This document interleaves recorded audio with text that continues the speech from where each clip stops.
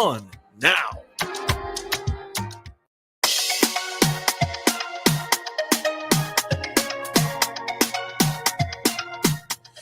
Welcome back, St. Vincent and the Grenadines. The time is 7:50 here, and you're listening to Ari, and with me is Roleza in studio. We are activated mornings this morning. Good morning, Roleza. Good morning, Ari, and how are you? Yeah, I don't have an answer for that right now. But what I do want to talk about is the unethical practices of promoters. Oh, and I'm fine, by the way. Thanks for asking. Yeah, so the unethical practices of promoters here in SVG. Now, for a while now, well, we've heard here on WEFM what has happened with the, what is it, Miss Big and Beautiful or whatever, where Paul Williams was concerned. We've heard persons complain about payment, and this week, as a lot of intentions saw both on social media and on another radio station, there is an artist who is complaining about not receiving funds since the Georgetown Soca Monarch. There is also persons who would complain that the CDC has not paid them for up to 1 year after Carnival has passed. And these are not just artists, these are persons who are involved in various parts of making this show a success. Now, as it relates to the more recent issue, I remember that Georgetown Soca Monarch being promoted as one of those rural shows with the biggest prize money. Persons won't have to complain about not receiving the prize money. Here we are, 9 months, 10 months after, and there is this specific artist complaining about not receiving his money. Outside of the artist, there are persons from his, I don't want to say entourage, but his dance team that are also complaining about not getting the money. Now, I want to know, what business model is there where you create an event, you promote an event, you struggle to pay the persons in the event, and you end up trying to promote more events to cover the cost? What kind of business model is that? Or is it that when you create your business plan or when you create your structure, you have a budget in place to pay the persons that need to be paid? And this doesn't just go for the promoters of Georgetown. This goes for the beauty shows. This goes for CDC. This goes for everybody. And I'm wondering now, when would it be regulated to the point where the police can get involved? Why is it that I am performing or I am giving you my creativity in order for you to have a successful show, and it's dependent on whether or not your show is a success or not? That is not fair to the persons working. Imagine if I came in here and worked every day and WFM told me, well, depending on how the ads go this month, we'll determine whether we'll give you a salary for this month. It don't work so. That's not how business works. You are supposed to already have the budget in place to pay people. Nobody should be on social media asking for payment. Nobody should be doing interviews asking for payment. The payment should be, or the price for whatever competition they entered in should be paid within the time when it's supposed to be paid. I don't see any excuses for it. I don't see why it keeps happening, and I don't see why these people aren't taken to court, besides probably persons involved not signing any legal documents stating that they're exchanging their services for payment. I don't know. What do you think, Roleza? All right. So I am in agreement with two things that you've said. I don't get the impression that many of the artists or many persons who are slated to perform on shows, that they enter into a legal contract, right? An actual document stating that they are consenting to working or performing at a particular event for how much of a amount of time. This is what the payments will be, and payments should be made before or on the day of performance. Because what I've gathered from some artists, well, those are a little bit more who take their art form as a business. And the thing of it is that we need to look at artists not as somebody who are going on stage and performing as a by the way. This is actually a business. All soca artists, they are businesses unto themselves, right? So I've seen in instances that there are performers who would say if they have not been paid up until the time that they are to go on stage, that they do not go on stage. Many of them require a deposit. I'm not sure what the practice is here for some of the quote unquote lesser known artists. If they take a deposit up front and then upon the point of going on stage, that they demand to be paid the balance before performance, right?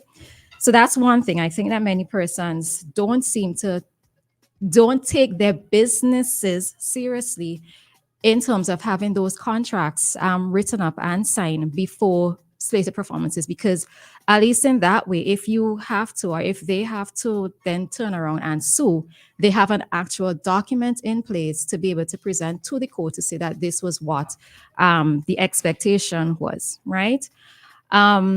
Another thing that you said is with regards to budgeting, right? I can understand in a case for a promoter, as far as I'm concerned, you are pulling off an event, you are using the names of particular artists to be able to get the audience to come out, right? To get persons to support, to get patrons to come out and support. And as far as I'm concerned, you really should have all of your money up front, right? Whatever it is that you make afterwards, that would be your profit that you can use to then put off another event. But I've always found it disheartening. And I'm even looking at it in the context of persons who perform, let's say at Sokomanak, right? There is an appearance fee that persons would get. And when you have to turn around and hear a person saying, so they dance for this particular person, but they have not been paid. Now, for me, if you know that you are going to be paid a performance fee, let whatever expenses you have be based on the performance fee that you're going to get, right?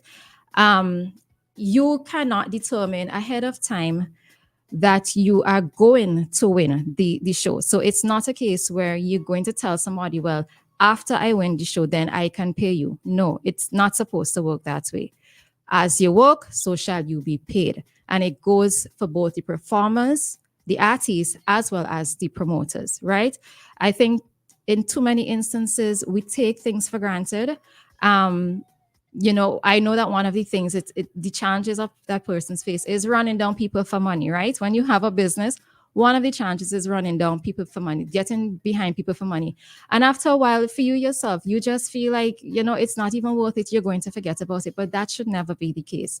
So as far as I'm concerned, promoters, artists, everybody have your money up front. You make do with what you have.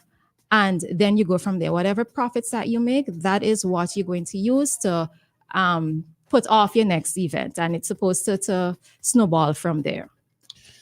Now, what I'll say is, I was very displeased with what the content of the interview itself, where the promoter is somebody that I've known for years, somebody I've had zero issues with, but the business model and what he explained during that interview does not make sense.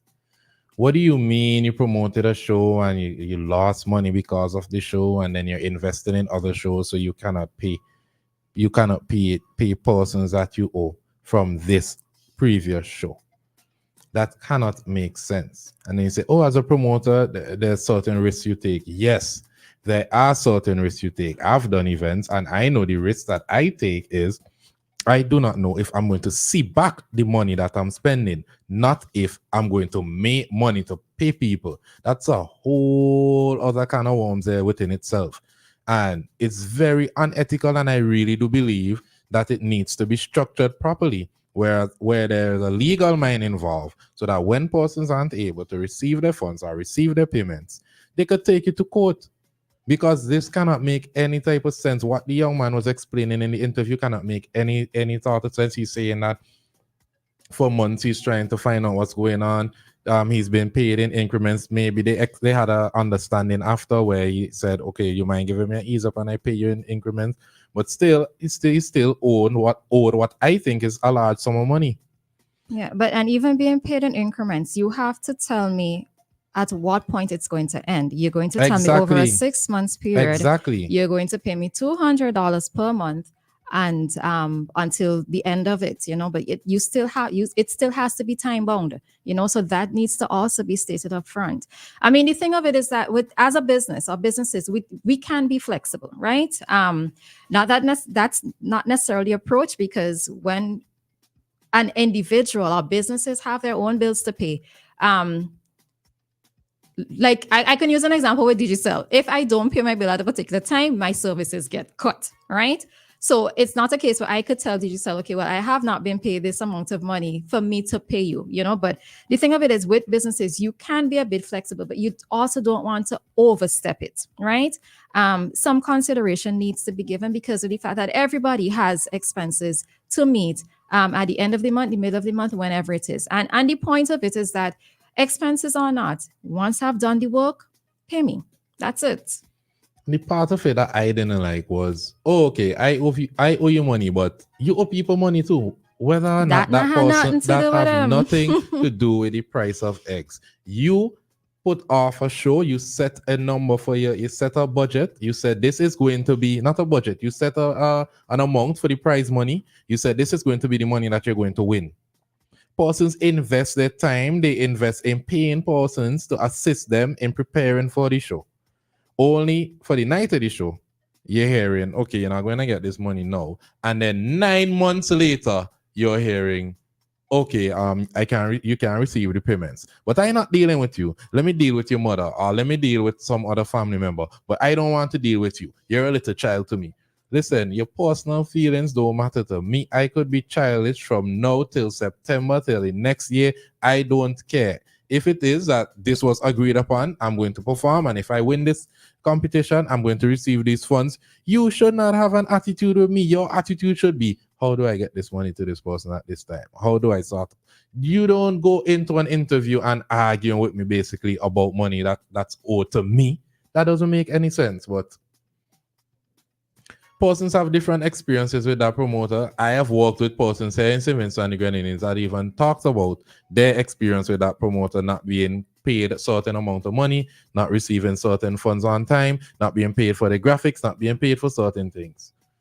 And it just needs to, all across the board, something needs to be done. And that goes for that private promoters, that goes for government promoters. CDC has the same problem ongoing where people complain day after day, day in, day out about not receiving their funds. And it just can't be people complaining for years. Some sort of legal action should be taken. If it is that we're signing documents, you need to fulfill your legal obligation and pay people. And I think that's the long and short of the argument. But I don't know. The time is now 8:03 here in St. Vincent and the Grenadines, and your time check was brought to you by New Haven Funeral Home. Death is a fact of life. Even though